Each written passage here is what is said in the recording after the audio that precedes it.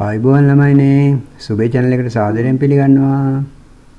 අද ළමයි අපි සාකච්ඡා කරන්න බලාපොරොත්තු වෙන්නේ 2022-23 භෞතික විද්‍යාව නව නිර්දේශ ප්‍රශ්න පත්‍රයේ බහුවර්ණ 17 වෙනි ප්‍රශ්නේ.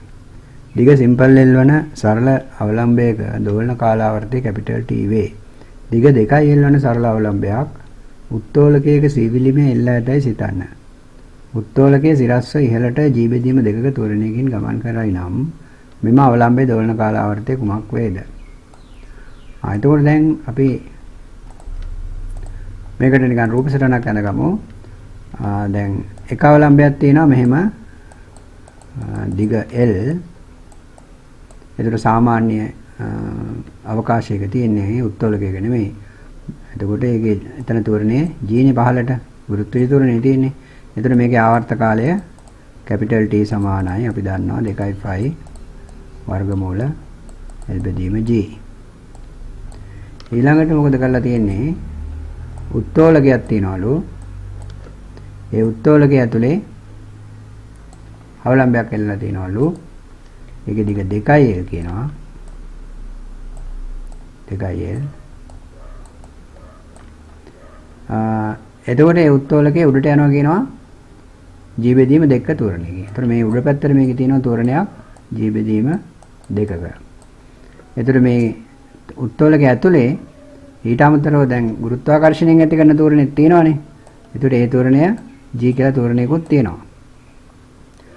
එතකොට දැන් ඔය සාපේක්ෂ ත්වරණ කියලා කොට කියන්නේ එතකොට එකකට සාපේක්ෂව අනිකේ ත්වරණය දැන් දෙපැත්තට යනකොට දැන් අපි වාහන දෙකක් දෙපැත්තට යනවා කියන්නකෝ. ත්වරණය නෙමෙයි ප්‍රවේගයෙන් යනවා කියන්නකෝ ඉස්සල්ලා. මෙයාගේ ප්‍රවේගය v නම් මේ පැත්තට වාහනයක් යනවා නම් තව ඒකේ මිනිහෙක් කොහොම බලා ඉන්නවා කියලා හිතමුකෝ. මේකේ ප්‍රවේගයත් v නම් එතකොට මෙයාට දැනෙන විදියට මේ වාහනේ ප්‍රවේගය මොකද්ද? 2v නේ. මෙයාට දැනෙන විදියට මේ වාහනේ ප්‍රවේගය මේ දකුණු පැත්තට යන වාහනේ ප්‍රවේගය 2v. මොකද තවනුත් පස්සට යනවා v ප්‍රවේගයෙන් මේ ඉස්සරහා තියෙන වාහනේත් යනවා v ප්‍රවේගයෙන් ඉස්සරහට. එතකොට මේ දෙක එකතු වෙලා තමයි එන්නේ. එතකොට ඒ වගේ මේ දෙක ඉවතට යනකොට මේකේ ඇතුලේ ප්‍රවේගය මේක ඇතුලේ ත්වරණය කීයද? මේකේ ASCII ත්වරණය සමානයි G ධන G බෙදීම 2. ඔය දෙක එකතු වෙන්න ඕනේ. එතකොට එකමාරයි G. එකමාරයි G කියන්නේ 2න් 3යිනේ. එකමාරයි කියන්නේ දෙවරක් 1 2 1යි 3යිනේ. 2න් 3යි G කියලා ත්වරණයක් තමයි මේකේ තියෙන්නේ. එතකොට ආවර්ත කාලය අපි T2 කියලා ගත්තා නම් 2.5 වර්ගමූල L කියන්නේ දැන් මේකේ 2L දිගක් තියෙනවා. ත්වරණයනේ යට දාන්න ඕනේ. දැන් මේ G කියලා දාලා තියෙන ඔය ත්වරණයනේ. ඒතර ත්වරණය මෙතන එනවා 2න් 3යි G කියන එක. ඒතර මේක අපි සුළු කරනවා 2L. ඒතර මේ යට 3යි G ඉතිරි වෙලා අර 2 ඉලක්කම උඩට එනවානේ කොහම. ඒතර දෙවරක් 2 4යි කියලා එනවා. 4යි L යට 3යි G කියලා එනවා. ඒතර ඔගේ මූලය ගත්තම මූලෙ නෙමෙයි අපි මේක කඩමු L බෙදීම G වෙනමයි. අයි දැන් මේකත් එක සම්බන්ධ කරගන්න එපා. වරක් ඊළඟට ආයේ මූලය ඇස්සෙම තියෙනවා 4 බෙදීම 3ක් නේ. එතන මේ කැලල කලින් T නේ. මේ කැලල ඇවිල්ලා කලින් තිබ්බ මේ T කියන එක නේ. එතකොට ඒක වරක් මෙතන මූල 4 කියන්නේ 2යි බෙදීම මූල 3 එහෙම දානවා. මූල 3 එහෙම දානවා. එතකොට 2යි T යට මූල 3යි උත්තරේ. මේක තමයි උත්තරේ. ඉතින් මේක අමාරු ප්‍රශ්නයක් නෙමෙයි. හැබැයි මේ සිලබස් එකේ නම් කියලා තිබ්බේ මේ වගේ ඒවා දාන්න නැහැ කියලා. මේ වගේ ඒවා දාන්න නැහැ. ඔය සාපේක්ෂ ත්වරණ වගේ ඒවා දාන්න නැහැ කියලා තමයි සිලබස් එකේ නම් කියලා තිබ්බේ.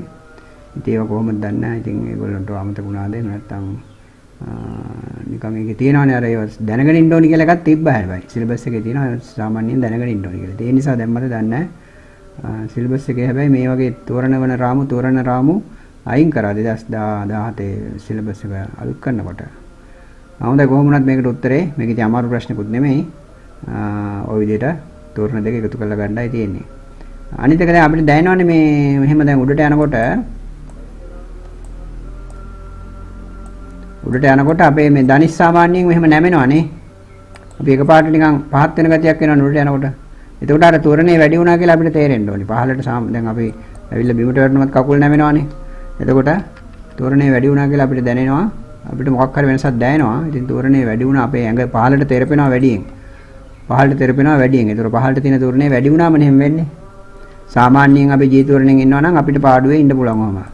අපේ ඇඟට මෙහෙම බරක් දාපුවම මොකද වෙන්නේ? අපේ ධනිස් නැමෙනවනේ ඔහම. ඉතින් එතකොට මේ පොළොව දිසට තියෙන තෝරණය වැඩි වුණාම නෙහෙම වෙන්නේ.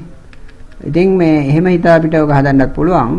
මේ ලොකුවට මේවා දාන්න නැතුව තෝරණ දෙක එකතු වෙන්න ඕනි කියලා තේරෙන්න ඕනි එතකොට. හොඳයි ළමයි එහෙමනම් මේක ඉතින් ගෙලින්ම සූත්‍රයට දාලා හදන්න තියෙන ප්‍රශ්නයක් එච්චර අමාරු එකකුත් නෙමෙයි. අපි ඒ නිසා මේකට මේ අනුමාන ප්‍රශ්න හදන්න යන්නේ නැහැ. එහෙමනම් ළමයි ඔයගොල්ලෝ මගේ වීඩියෝස් බලනකොට බොහොම ස්තුතියි. ඒකට මගේ channel එකත් subscribe කරපු නැති අය subscribe කරන්න. මගේ link එකත් ඔයගොල්ලන්ගේ friendsලා අතර share කරන්න. එතකොට thumb up icon එක එහෙම click කරන්න. bell icon එක click කරලා තියාගන්න. එhmenan අපි ඊට අවසානයට නැවත හමු වෙමු. subscribe කරපුවාට බොහොම ස්තුතියි.